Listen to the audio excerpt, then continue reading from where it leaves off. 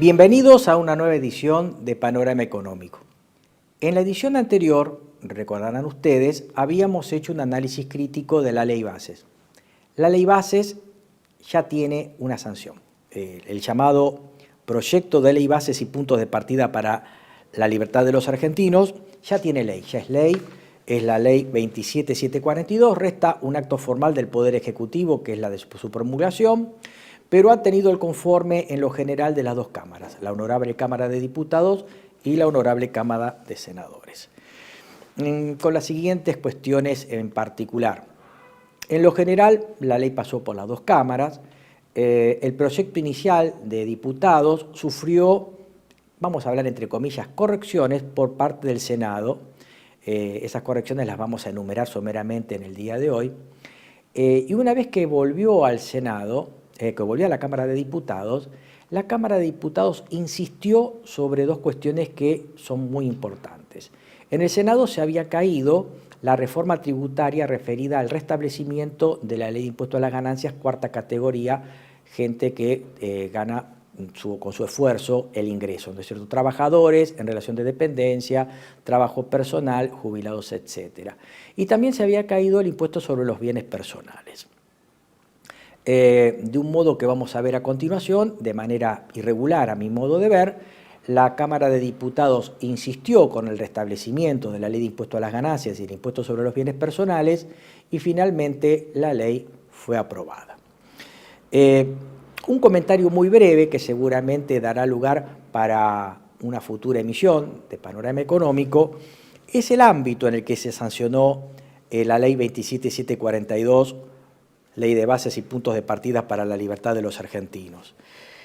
Esta ley se sancionó en el medio de una gran crisis económica, de una grave crisis económica. La economía argentina está en una grave depresión, hay 6 terminales automotrices que están prácticamente paradas, hay desempleo, hay cierre de fuentes de trabajo, más del sector privado que del público, y una inflación que sigue siendo persistente, por más que el gobierno festeja que ha bajado, sigue siendo alta en términos mensuales.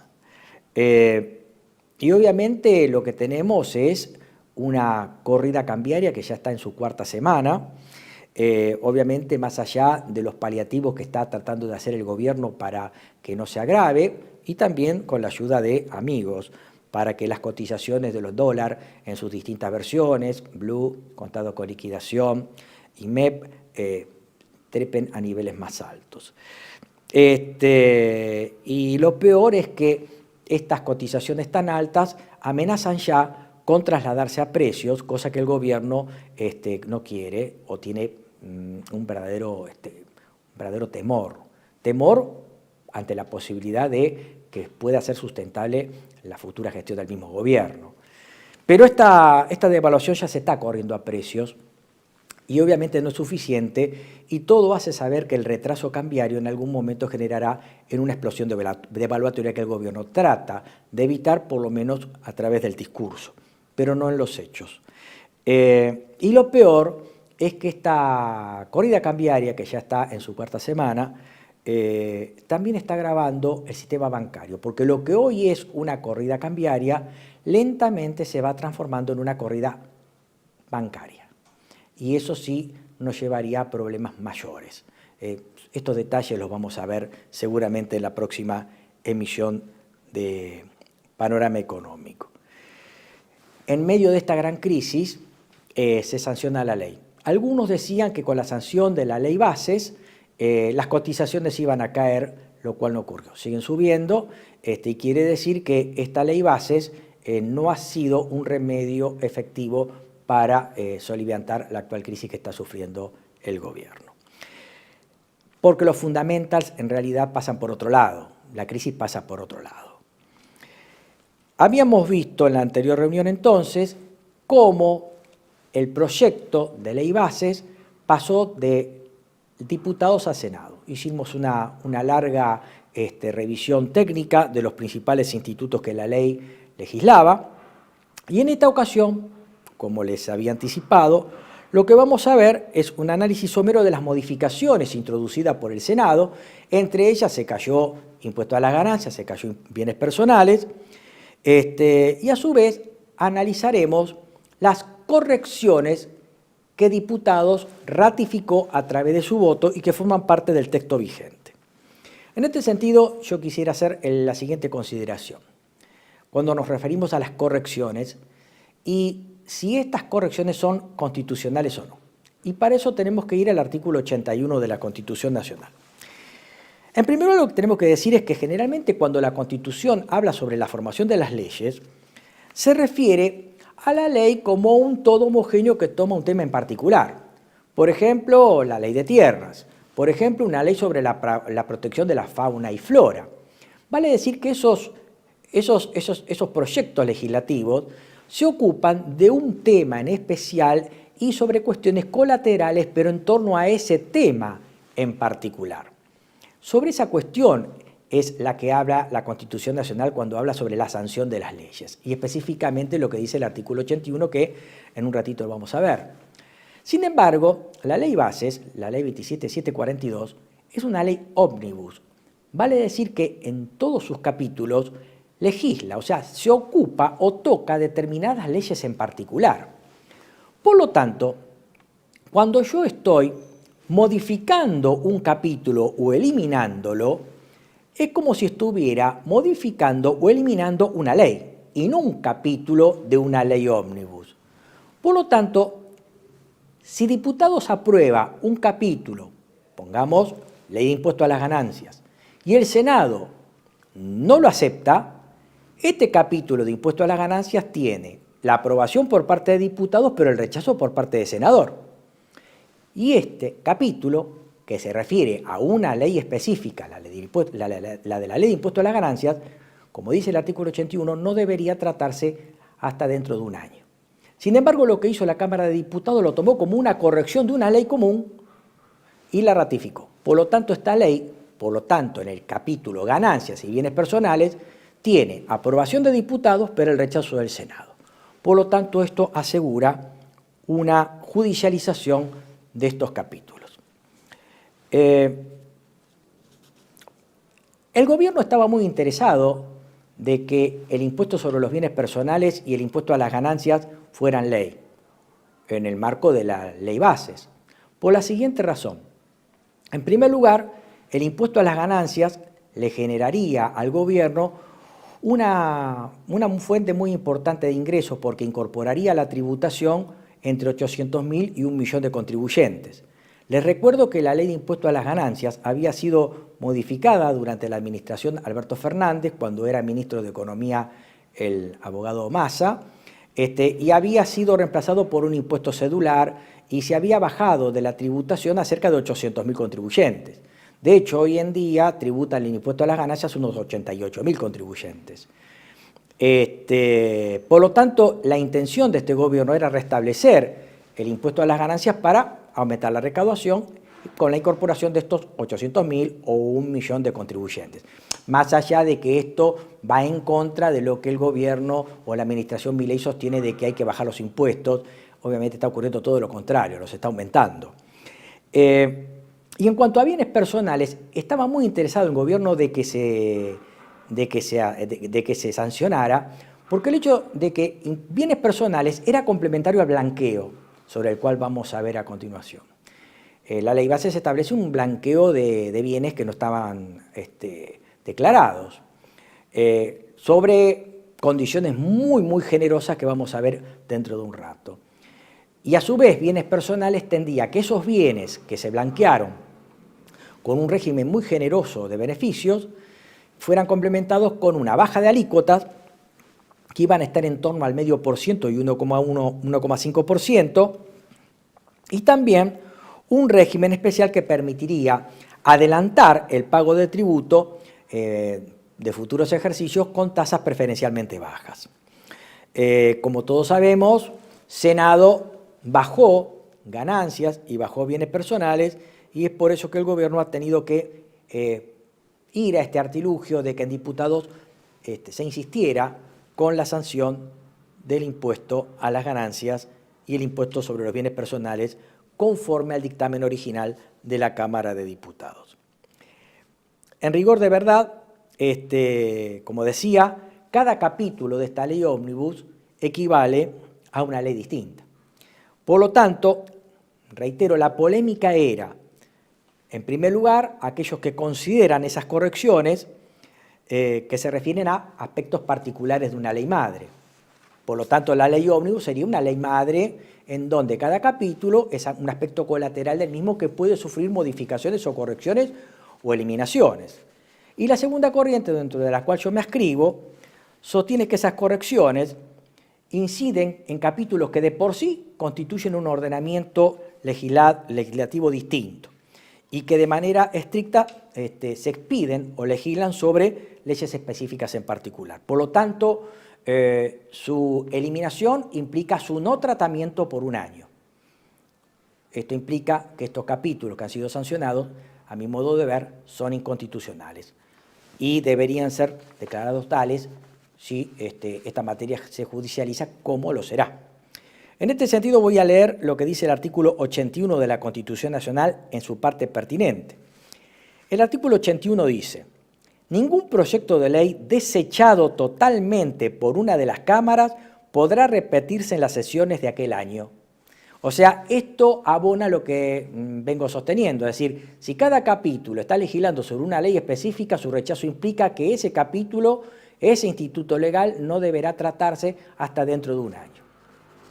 Más adelante se refiere a la otra postura, como si la ley hubiera sufrido una corrección o una modificación colateral. Dice: si el proyecto fuere objeto de adiciones o correcciones por la Cámara Revisora, deberá indicarse el resultado de la votación por mayoría absoluta o por las 2/3 partes de los presentes. La Cámara de Origen podrá, por mayoría absoluta de los presentes, aprobar el proyecto con las adiciones o correcciones introducidas, o, en este caso, insistir en la redacción originaria, a menos que las adiciones o correcciones las haya realizado la revisora por 2/3 partes de los presentes. Y esta insistencia deberá ser por las 2/3 partes de los presentes. Por lo tanto, acá tenemos una cuestión que queda abierta y sujeta a la decisión de los magistrados, para el caso seguro en que esta ley se vaya a judicializar. En análisis de este programa de Panorama Económico se abocará entonces a la Ley 27742, llamada Ley de Bases y Puntos de Partida para la Libertad de los Argentinos, y de la reforma tributaria establecida por la Ley número 27743. Todo ello, reitero, para no ser tediosa la exposición, en sus aspectos generales. Vamos a comenzar por la Ley de Bases. Algo que había quedado pendiente del programa anterior era el capítulo previsional, que es muy interesante. El artículo 226 de la Ley de Bases derogó la Ley 27.705. Obviamente, con esto queda derogado todo plan permanente de pago de deuda previsional. Hasta el momento, un jubilado que había llegado a la edad jubilatoria y no tenía al día sus aportes, podía jubilarse igual a través de una moratoria que establecía esta ley. Bueno, esto ha quedado derogado. Pero el artículo 227, en subsidio, creó la prestación de retiro proporcional. Quiere decir esto que la persona que haya llegado a la edad de 65 años y que no cumplan con el requisito previsto en el artículo 19, inciso C, de la Ley de Jubilaciones 24241, vale decir que no haya acreditado los 30 años de servicio con aportes computables, lo que podrá acceder es a un haber mínimo que será establecido conforme al artículo 14 de la 27260, que es la Ley de Reparación Histórica para Jubilados y Pensionados, y se refiere a la constitución de lo que usualmente se conoce pensión por vejez, o jurídicamente llamada pensión universal para el adulto mayor, que consiste en la percepción de un beneficio equivalente al 80% del haber mínimo garantizado. Esto en cuanto al tema previsional.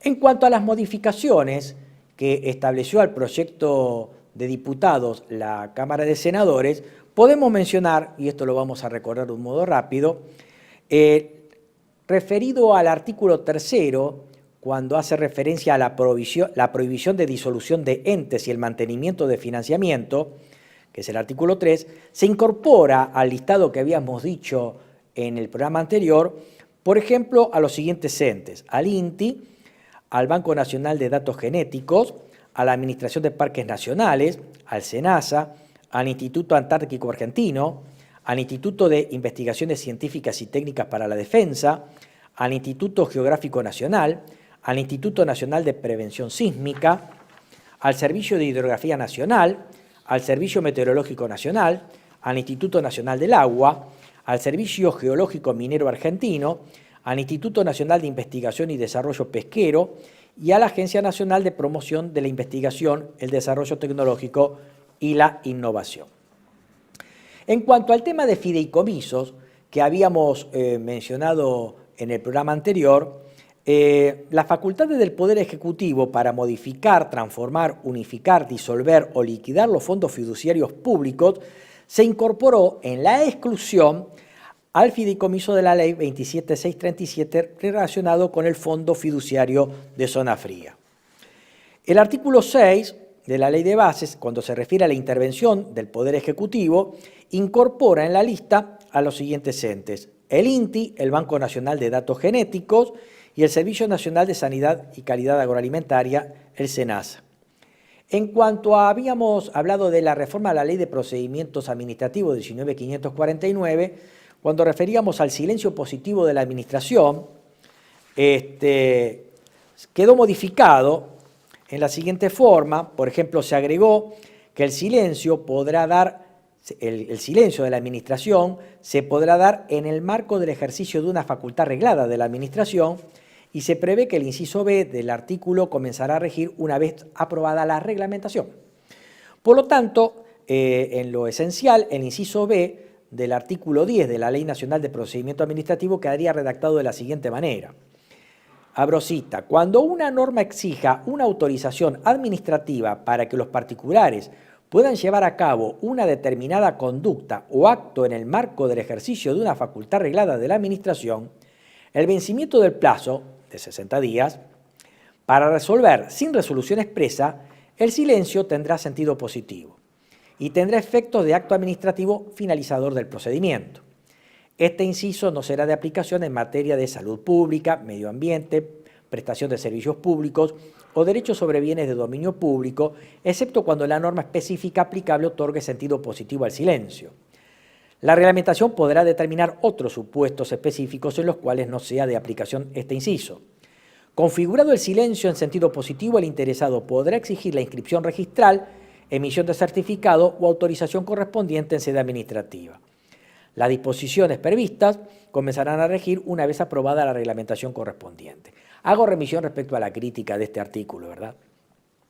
Respecto a la cuota de solidaridad, que era aquella que el trabajador tenía a su cargo para financiar las actividades del sindicato, ha quedado redactado de la siguiente manera. Dice que las cláusulas de los acuerdos por las que se establezcan cuotas de solidaridad a cargo del empleador, a cargo de los empleados y a favor de las asociaciones de trabajadores, serán válidas para todos los empleados, excepto para los que manifiesten de forma previa y expresa su voluntad en contrario. En cuanto al título tercero, contratos y acuerdos transaccionales, en donde el Estado iba a revisar algunos de ellos, el capítulo primero, en el caso de fuerza mayor en los contratos vigentes y acuerdos transaccionales, se requiere en ese acuerdo transaccional contar con un informe de transparencia. Otras modificaciones, ya en el caso de las concesiones de obras públicas, se incorpora artículo 66 y siguientes a los servicios públicos y también a las empresas mixtas, y se elimina la derogación del artículo 5 referido a empresas mixtas. En cuanto al derecho laboral, someramente, esto lo vamos a ver con más detalles en la próxima entrega, se elimina el deber de un sistema de intereses menos gravosos y de facilidades de pago, y se incorporan 3 artículos al ámbito de aplicación de la Ley de Contrato de Trabajo y la presunción de la existencia de contrato de trabajo y a la justa causa para la extinción del contrato de trabajo. En cuanto al régimen de incentivos a grandes inversiones, el tan polémico RIGI, se hicieron un par de toques no muy esenciales, entre los cuales voy a destacar, esto también será motivo de crítica para una futura entrega de este programa, es la que exige al proyecto por el que se haya solicitado una declaración jurada sustentada en un estudio técnico por el que se establezca que el proyecto no distorsionará el mercado local y, entre otras cosas, un plan de desarrollo de proveedores locales, que es el artículo 174, es un avance. Y también se prevé, como causal de rechazo del proyecto, que el solicitante generará una distorsión en el mercado local. O sea que si se llega a generar una distorsión en el mercado local, puede llegar a rechazarse el proyecto presentado. Y ahora sí, vamos a lo otro que convivía conjuntamente con la ley bases. El gobierno lo que pretendía era, por un lado, la sanción de la ley base, que ha quedado muy podada, muy deteriorada, y a pesar de esto se sigue siendo una ley bastante poco beneficiosa para los intereses del país, y paralelo a eso una reforma fiscal, que establece básicamente dos cuestiones: un régimen de regularización de obligaciones fiscales que no han sido cumplidas, y por otro lado un blanqueo, y las modificaciones que ya habíamos anticipado sobre bienes personales, sobre ganancias, la eliminación del ITI y cuestiones que vamos a ver en los próximos minutos. La ley es la 27743, se llama Medidas Fiscales Paliativas y Relevantes. En primer lugar, comienza legislando sobre un régimen de regularización excepcional de obligaciones tributarias, aduaneras y de seguridad social. Esto lo dice el artículo 2 de esta ley. Y dice que los contribuyentes irresponsables que se acojan al régimen tendrán los beneficios que se establecen en esta norma para las obligaciones y sanciones vencidas al 31 de marzo de 2024. Quiere decir que todo lo que se regulariza tiene como tope el 31 de marzo de 2024. Lo posterior no. El acogimiento desde la fecha de entrada en vigencia de la reglamentación que dicte la AFIP y hasta transcurridos 150 días corridos desde aquella fecha inclusive. O sea, lo que hay que esperar acá es la reglamentación por parte de la AFIP, y todos estos plazos de 150 días correrán a partir de la reglamentación que dicte la AFIP. ¿Qué incluye el régimen de regularización? Según el artículo 3, incluye en primer lugar las obligaciones en curso de discusión administrativa. O sea, me están por determinar impuestos, yo lo estoy discutiendo en sede administrativa o aún ante el Tribunal Fiscal de la Nación o aún en la justicia contencioso administrativa, estas entrarían dentro del régimen de regularización, en tanto el contribuyente se allane, o sea, le dé la razón al fisco, se allane y o desista, según corresponda, incondicionalmente por las obligaciones regularizadas, y renuncie a toda acción y derecho, incluso el de repetición, asumiendo el pago de las costas y gastos causídicos, obviamente si esto estuviera tramitando en la justicia o ante el Tribunal Fiscal de la Nación. El allanamiento y o desistimiento, según corresponda, será total o parcial. Si es parcial, obviamente la cuestión que se está discutiendo seguirá discutiéndose por la parte que no se haya allanado, el contribuyente. En segundo lugar, entraría dentro del régimen aquellas obligaciones respecto de las cuales hubieran prescripto las facultades de la AFIP para determinarlas y exigirlas, y sobre las que se hubiera formulado denuncia penal tributaria o, en su caso, penal económica contra los contribuyentes o responsables.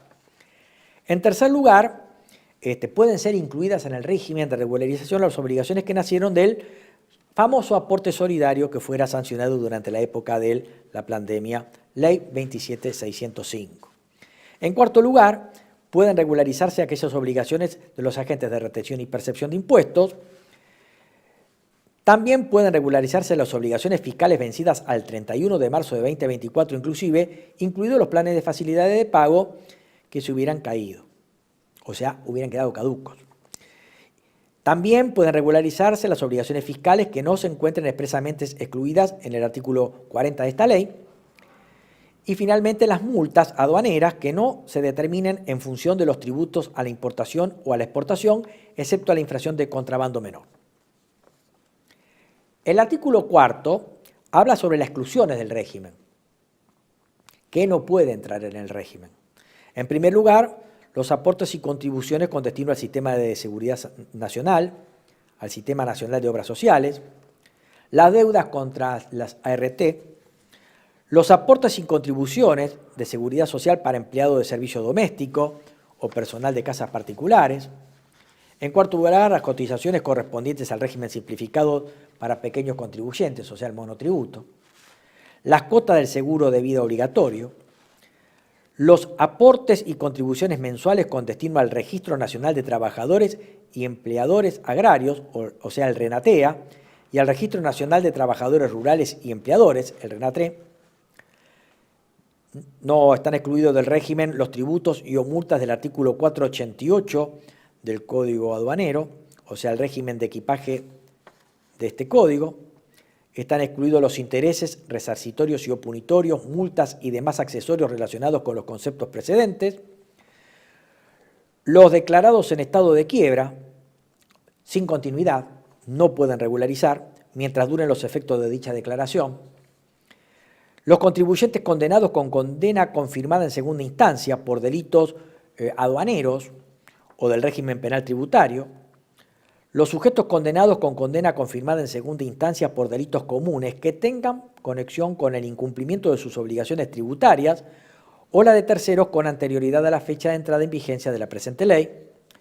Tampoco pueden entrar en el régimen las personas jurídicas en las que, según corresponda, sus socios, administradores, directores, síndicos, miembros del Consejo de Vigilancia, consejeros o quienes ocupen cargos equivalentes en las mismas, hayan sido condenados con condena confirmada en segunda instancia por violación al régimen aduanero o al régimen penal tributario, o por delitos comunes que tengan conexión con el incumplimiento de sus obligaciones tributarias o la de terceros, respecto de las cuales se haya dictado sentencia de segunda instancia con anterioridad a la fecha de entrada en vigencia del presente régimen. Y finalmente, no pueden regularizar los agentes de retención y percepción con auto de procesamiento firme y elevada la causa juicio oral por la comisión de cualquiera de los delitos tipificados en el régimen penal tributario. Vamos a pasar ahora qué beneficios otorga el régimen de regularización. Esto está establecido en el artículo 6º. Y acá vamos a ver cuán generoso es el régimen. En primer lugar, la adhesión dentro de los primeros 30 días corridos desde la fecha de entrada en vigencia de la reglamentación de AFIP, el beneficio será de la condonación, o sea, el perdón, del 70% de los intereses resarcitorios y punitorios devengados a la fecha de adhesión al presente régimen en la medida que la totalidad de la deuda a regularizar se cancele con un pago al contado o en un sistema de plan de facilidad de pago de 3 cuotas mensuales, bajo los términos que la AFIP establezca. Este es el más generoso de todos. Le sigue el inciso B cuando la adhesión sea un poco más tardía, o sea, a partir de los 31 días corridos y hasta los 60 días corridos desde la reglamentación de la AFIP. En este caso, la condenación será del 60% de los intereses resarcitorios y punitorios, siempre que haya un pago al contado o en un plan de pago de hasta 3 cuotas mensuales. En tercer lugar, tenemos una adhesión cuando es posterior en el tiempo, o sea, cuando sea a partir de los 61 días corridos y hasta los 90 días corridos, en donde la condonación se da del 50% de los intereses resarcitorios y punitorios, siempre que exista nuevamente un pago al contado o un plan de pago de hasta 3 cuotas mensuales. A partir de acá, vamos en los casos de que haya un régimen de facilidad de pago. El inciso D habla de la adhesión dentro de los primeros 90 días corridos desde la reglamentación de la AFIP. La condonación en este caso será del 40% de los intereses resarcitorios y punitorios, siempre que se cancele la totalidad de la deuda a regularizar a través de un régimen de facilidad de pago. Y finalmente, el inciso E habla de la adhesión a partir de los 91 días corridos desde la vigencia de la reglamentación de la AFIP, en donde la condonación será del 20% de los intereses resarcitorios y punitorios, siempre que se cancele la totalidad de la deuda a regularizar a través de un plan de facilidades de pago. Dicho esto, tendríamos que ver la parte de condonación de multas, pero para esto vamos a esperar un ratito porque vamos a tomar una breve pausa. Los esperamos. TLV1 se complace en anunciar que estará transmitiendo en su canal TLV1 Clips valiosos programas emitidos antes de la censura sufrida. El lienzo prohibido, El revés del derecho, combates por nuestra historia, disenso, historias de Malvinas, entre otros que podrán encontrar en este enlace.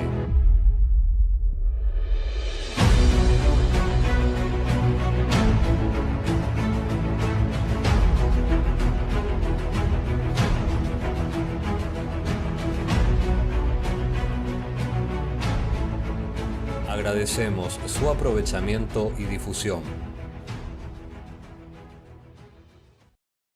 Bienvenidos a CEPA, Centro de Estudios del Pensamiento Americano.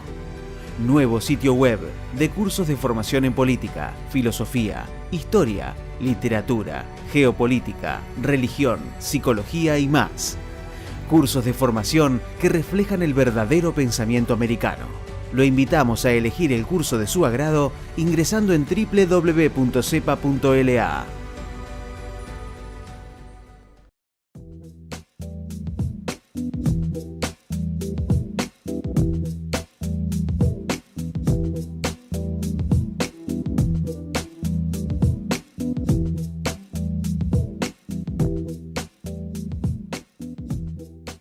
Decir siempre la verdad primero tiene un precio.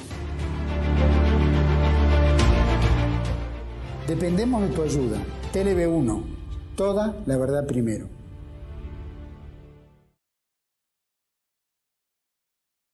¿Cómo están? En esta segunda parte continuamos con el análisis de la reforma tributaria. Estamos viendo la primera parte del régimen, que es una regularización de deudas caídas, y estábamos hablando de los beneficios del régimen, ¿no es cierto? Hemos mencionado los beneficios de la condonación en determinados porcentajes de acuerdo a la fecha de adhesión de los intereses resarcitorios y punitorios. A continuación vamos a ver otros beneficios, que es el que se refiere al perdón de las multas. Está en el artículo 7º.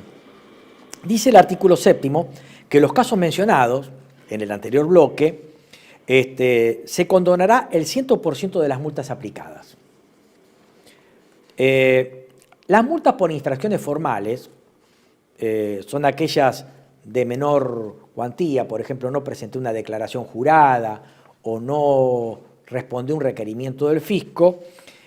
Habla de, en este caso, el segundo párrafo, las multas por infracciones formales cometidas hasta el 31 de marzo de 2024, inclusive, que no se encuentren firmes, o sea, que están todavía en etapa de discusión administrativa o judicial y que no hayan sido abonadas, operará cuando, con anterioridad a la fecha en que finalice el plazo para el acogimiento al presente régimen, se haya cumplido o se cumpla con la respectiva obligación formal, ¿no es cierto? O sea, si yo cumplí con la parte sustancial, pagué el impuesto, y obviamente estas cuestiones todavía, estas multas no están firmes ni abonadas, quedarían condonadas. De haberse sustanciado el sumario administrativo, el citado beneficio operará cuando se hubiere subsanado antes de la fecha del vencimiento del plazo para el acogimiento del presente régimen. O sea, si la sanción hubiera sido por algo que debería ser subsanado y el contribuyente lo subsana, habrá quedado condonada. Sin embargo, en algunos casos, cuando la infracción hubiera generado una sanción formal, pero no puede ser subsanada, obviamente el hecho de no poder ser subsanada, la multa queda condonada de pleno derecho, siempre que la falta haya sido cometida con anterioridad al 31 de marzo de 2024 inclusive.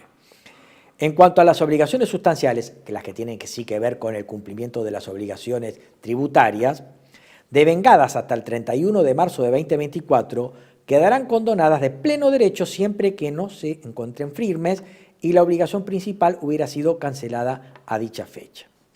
Después vemos en el artículo 80 la condonación de intereses y o punitorios. Dice, serán condonados de pleno derecho la totalidad de los intereses resarcitorios y o punitorios correspondientes a las obligaciones fiscales, incluye anticipos ordinarios y extraordinarios o pagos a cuentas, canceladas con anterioridad al 31 de marzo de 2024 inclusive.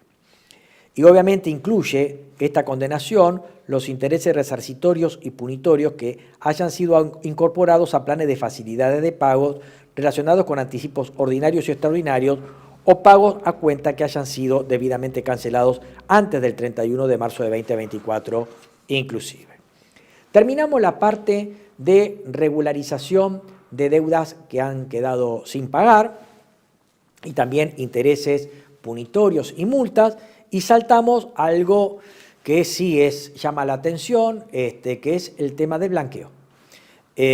Establece a partir del artículo 18 un régimen de regularización de activos. El artículo 18 se refiere a qué sujetos son alcanzados del blanqueo o el régimen de regularización de activos. Habla de sujetos residentes. Cuando hablamos de residencia, tenemos que referirnos al régimen de residencia que establece la Ley de Impuesto a las Ganancias. No a la que comúnmente la gente pueda tener por residente, no es simplemente el hecho de establecer el lugar de la morada en un lugar a otro. El criterio de residencia fiscal es mucho más complejo.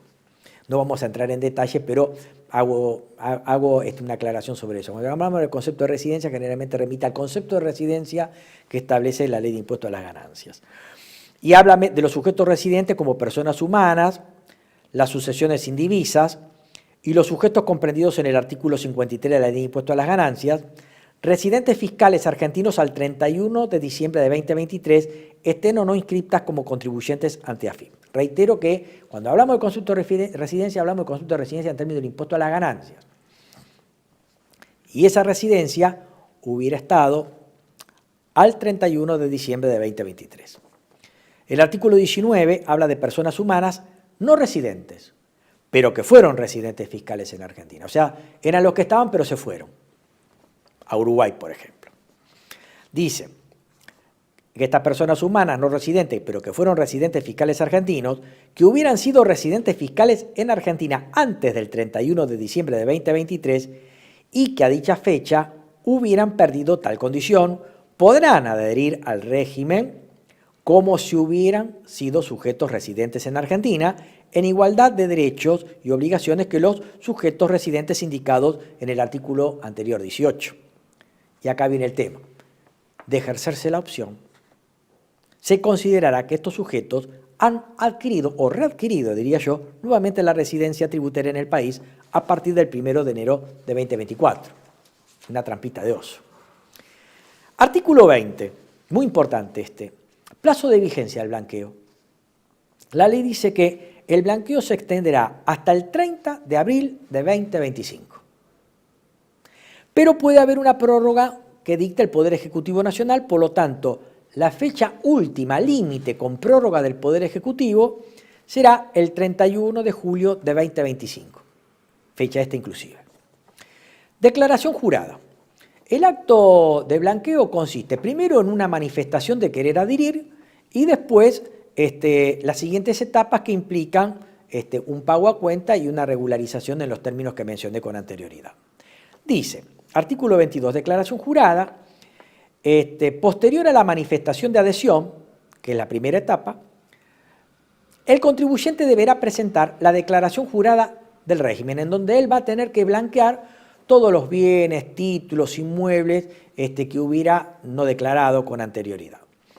Y acá, en el siguiente cuadro, vamos a dar las 3 etapas que marca la ley. La primera etapa se refiere al periodo de manifestación de adhesión y el pago adelantado obligatorio, o sea, el pago a cuenta. En la siguiente columna habla de la fecha límite para la presentación de la declaración jurada y el pago del impuesto de regularización, y en tercer lugar, la alícuota aplicable. La idea es que cuando el contribuyente más tarde en manifestar o adherir, la alícuota aplicable será mayor, por lo tanto, apela a la conveniencia del contribuyente que sea diligente y rápido para adherir rápidamente y ser pasible de mayores beneficios, en este caso, una menor alícuota. Por ejemplo, en la etapa 1, si el contribuyente decide adherir desde el día siguiente a la entrada en vigencia de la reglamentación de la AFIP y hasta el 30 de septiembre de 2024 inclusive, la fecha límite de presentación de la declaración jurada y del pago del impuesto de regularización será el 30 de noviembre de 2024 inclusive, y la alícuota será del 5%.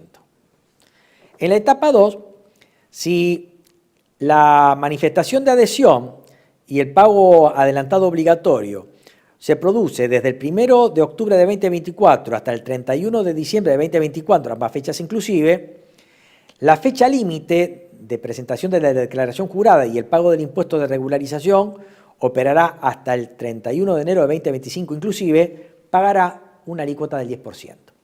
Y finalmente, si está en la etapa 3, la adhesión al régimen y el pago por adelantado obligatorio opera desde el 1 de enero del 25 hasta el 31 de marzo del 25, ambas fechas inclusive, y la fecha de presentación de la declaración jurada y el pago de impuestos de regularización opera hasta el 30 de abril del 25, abonará una alícuota del 15%.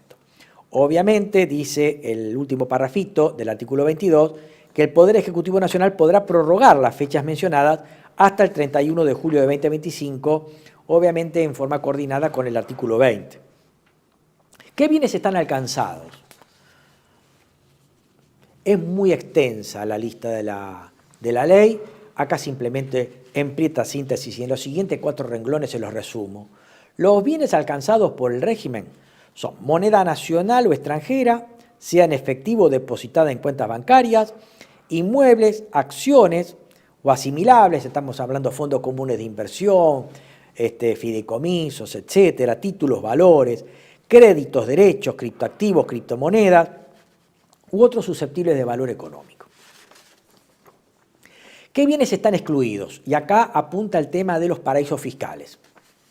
En primer lugar, el 24.3 dice que no podrán ser objeto del presente régimen las tenencias en moneda extranjera o títulos valores en el exterior, que a la fecha a la que hace referencia el artículo 24.4, o sea, 31 de diciembre de 2023, o, primero, estuvieran depositadas en entidades radicadas o ubicadas en jurisdicciones o países identificadas por el Grupo de Acción Financiera Gafi como alto riesgo, lista negra, o bajo monitoreo intensificado, lista gris. O sea, estamos hablando de activos que están en paraísos fiscales. Estos no pueden ser regularizados.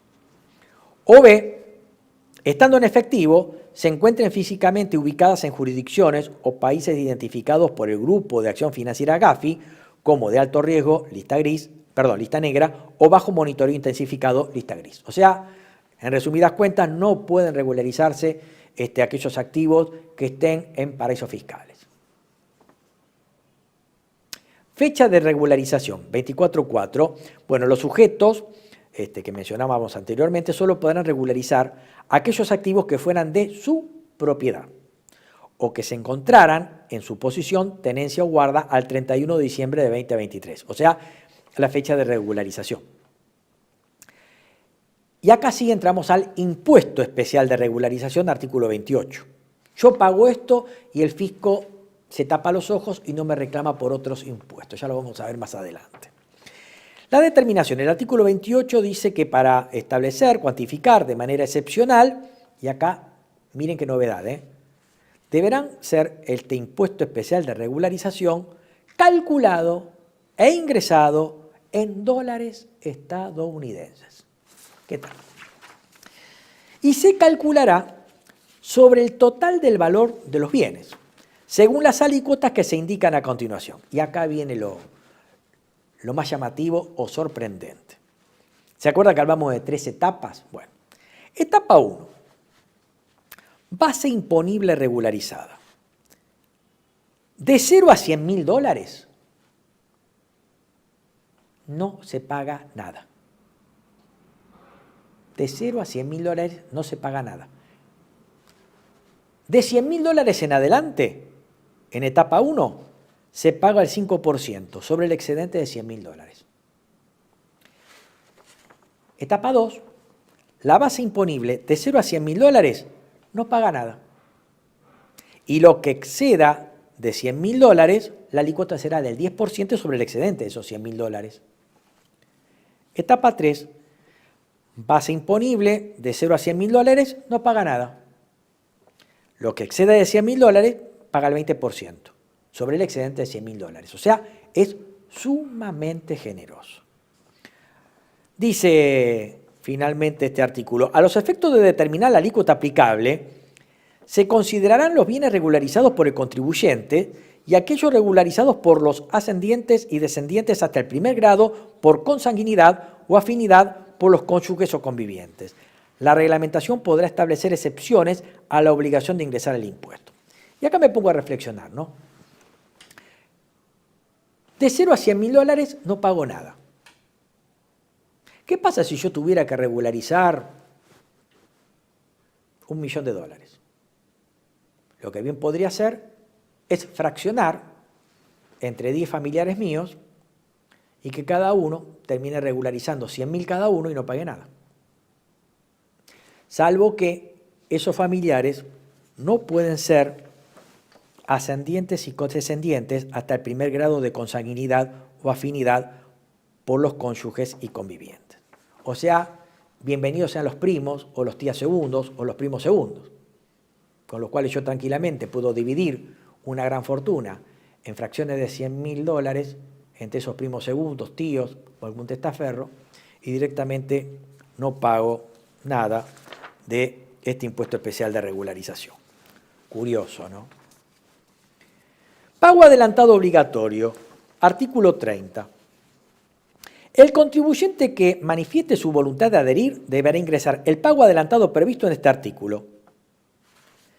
La falta de ingreso del pago adelantado dentro de la fecha indicada causará el decaimiento automático de la adhesión al régimen y excluirá al contribuyente de todos los beneficios previstos en el régimen. El pago adelantado aquí previsto deberá ser no menor al 75% del impuesto, una especie de seña. Presentada la declaración jurada y determinado el impuesto especial, si se advirtiera que el pago adelantado o esta suerte de seña fue inferior al 75% del total del impuesto a ingresar, podrá mantenerse los beneficios del presente régimen ingresando el saldo pendiente incrementado en un 100%. O sea, le agrava un poco la seña, si fuera menor al 75%. Y obviamente, en línea con lo que venimos diciendo, no corresponderá realizar el pago adelantado en el caso de aquellos sujetos que regularicen hasta un importe de $100.000. El artículo 31 se refiere a supuestos especiales de exclusión de la base imponible y pago del impuesto especial de regularización. Artículo 31 dice: dinero en efectivo en Argentina o en el exterior que sea depositado o transferido a una cuenta especial de regularización de activos. O sea, venga a una cuenta acá en el país, será excluido de la base de cálculo del artículo 28 y deberá determinar el impuesto especial de regularización según las reglas del artículo 31. No deberá pagarse el impuesto especial de regularización y este impuesto tampoco será pagado mientras los fondos permanezcan depositados en esas cuentas. O sea, esta cuenta, si yo repatrio estos fondos, opera en una especie de paraíso.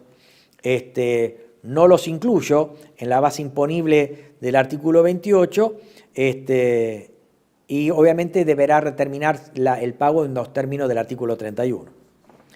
Dice más tarde: durante el plazo en que los fondos estén depositados en la cuenta especial de regularización de activos, estos podrán ser invertidos exclusivamente en los instrumentos financieros que indique la reglamentación o, por ejemplo, bonos que emitan las provincias de la Ciudad Autónoma de Buenos Aires para integrar la financiación de obras públicas, por ejemplo.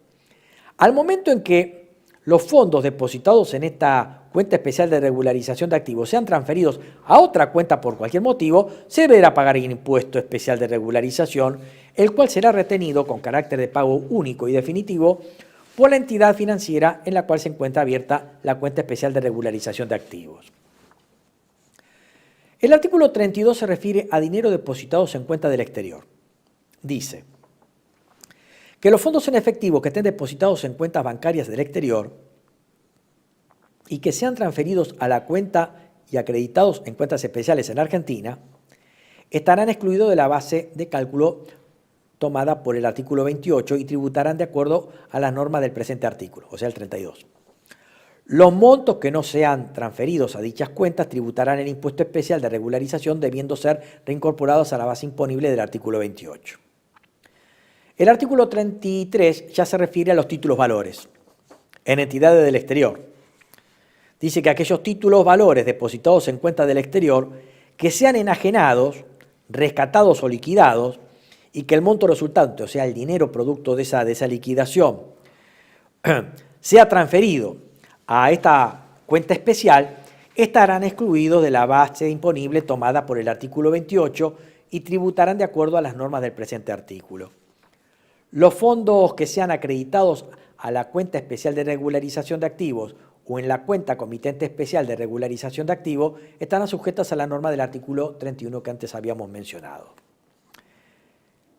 Capítulo 6. Efectos de la regularización. Acá se refiere a beneficios que tiene el que formule el blanqueo. Simplemente tomé un par. Los sujetos que adhieran gozarán, por ejemplo, de la liberación de toda acción civil y por delitos tributarios, cambiarios, aduaneros e infracciones administrativas que pudieran corresponder. O sea, acá el Estado se tapa los ojos, dice, págueme los tributos que describimos con anterioridad y yo no le reclamo nada. Por ejemplo, en materia de toda acción penal, civil, etc. También, entre otras cosas, lo libero del pago de los otros impuestos que usted omitió pagar. Por ejemplo, me olvido de que usted no haya pagado impuesto a las ganancias, IVA, impuesto a la ganancia mínima presunta, el impuesto a la transferencia de inmuebles, impuesto sobre los débitos, créditos en cuenta corriente y otras operatorias, el impuesto sobre los bienes personales, el aporte solidario, entre otros. Finalmente, la falta de pago del impuesto especial, dice el artículo 38, dentro del plazo otorgado por la reglamentación, causará el decaimiento de todos los beneficios del presente régimen. Y ahí sí, agárrate, te va a caer con todo, reclamándote todos los impuestos que omitiste declarar, más los intereses resarcitorios, punitorios, multas, etc., ¿no? Y después sí, como siempre se hace en materia de una ley nacional, se invita a las provincias a adherir al régimen. Esto está en el artículo 42, tributos provinciales. Invítase a las provincias, a la Ciudad Autónoma de Buenos Aires y a los municipios a adherir al régimen, adoptando las medidas tendientes a liberar los impuestos y tasas locales que los declarantes hayan omitido ingresar en sus respectivas jurisdicciones. Hemos terminado entonces de ver la parte de blanqueo. O sea, los ejes esenciales que tienen para recaudar esta reforma tributaria es la regularización por un lado y el blanqueo. Y casi ya se incorporaron una serie de normas. No me quiero olvidar que, entre otras cosas, modificó el impuesto interno a los cigarrillos. Eliminó el componente fijo del tributo, que ha generado mucho litigio, pero aumentó la alícuota variable del 70 al 75%. Bueno es saber que el fumador de cigarrillos tributa mucho impuesto, llamado CISA o impuesto específico a los consumos. Tributa, por ejemplo, IVA, tributa impuesto interno que elevó la alícuota al 75%, tributa el impuesto adicional de emergencia a los cigarrillos, también ingresos brutos, entre otras cosas. Por eso el atado de cigarrillo vale lo que vale. Y ahí sí nos metemos con el impuesto a las ganancias, que, como decíamos, promete judicialización. Impuesto a las ganancias sobre los bienes personales. Se elevó el mínimo no imponible de 1.800.000 brutos para los contribuyentes solteros y 2.200.000 para los casados con hijos, y se calcula que con esta reforma volverán a tributar impuesto a la ganancia cuarta categoría, o sea, la renta del trabajo personal, una base de 800.000 contribuyentes más, que puede llegar a 1 millón, con una escala, que es la tradicional, que arranca del 5% al 35%, o sea, más ganancia sujeta a impuesto, más alícuota, hasta llegar a la marginal, a la última, que era del 35%.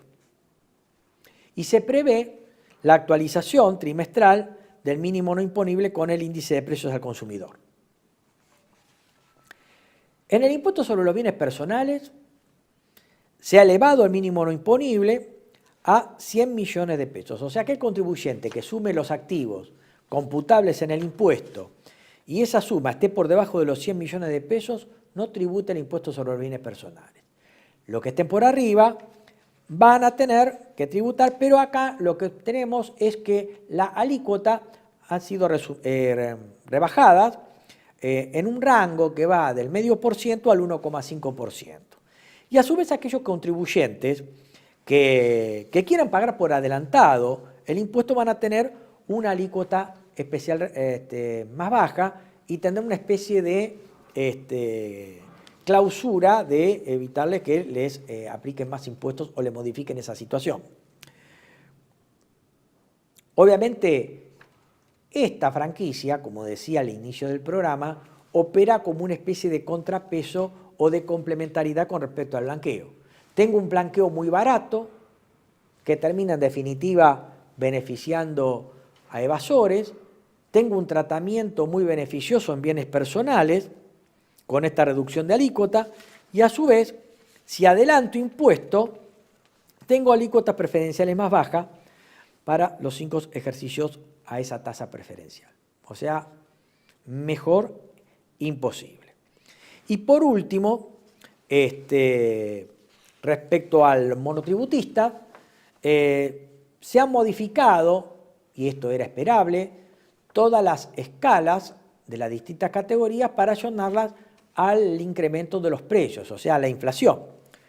Se modificaron las escalas y los montos de facturación brutos, incrementándolos aproximadamente en un 400%, y obviamente las cuotas que deben pagar cada categoría. Por ejemplo, para la categoría más baja, o sea la A, el monto máximo de facturación bruto se ha elevado a 6.450.000 pesos. Actualmente es de 2,1 millones de pesos.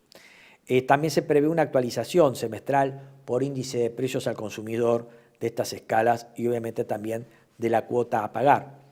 Y la categoría más alta, la K, a partir de la cual después, si uno supera la K, se va al régimen general, debe anotarse en IVA, en ganancias, y tributar como contribuyente grande. La K, el monto máximo de facturación es de 68 millones de pesos anuales. También se aumentó el impuesto integrado y los aportes al régimen jubilatorio y a la obra social. Y por último, y esto va a poner muy contentos a la gente que vende inmuebles, se ha derogado el impuesto a la transferencia de inmuebles de personas físicas y sucesiones indivisas. Esto más o menos es en lo esencial la reforma tributaria de la 27743. En definitiva, y para concluir, lo que hemos tratado de ver en este programa y en el anterior es la ley de bases, la reforma tributaria, un análisis crítico, espero haya sido de la utilidad de ustedes, y en la próxima entrega de Panorama Económico lo que haremos es describir un estado de situación de la actual política económica, haremos mucho énfasis sobre la corrida cambiaria, el problema de eventual corrida bancaria, los riesgos de la inflación, el problema social, económico que se está viviendo y haremos una conclusión de la parte normativa sobre la cual se basa esta gestión. Una especie de conclusión de lo que ha resultado ser la sanción hasta el momento con vigencia del decreto de necesidad de urgencia 70 del año 23 y la ley 27742, ley de bases, y 27743, la reforma tributaria. Espero que haya sido de utilidad, esperamos sugerencias, comentarios y sin más, lo despido y nos vemos en la próxima emisión de Panorama Económico. Los espero. Gracias.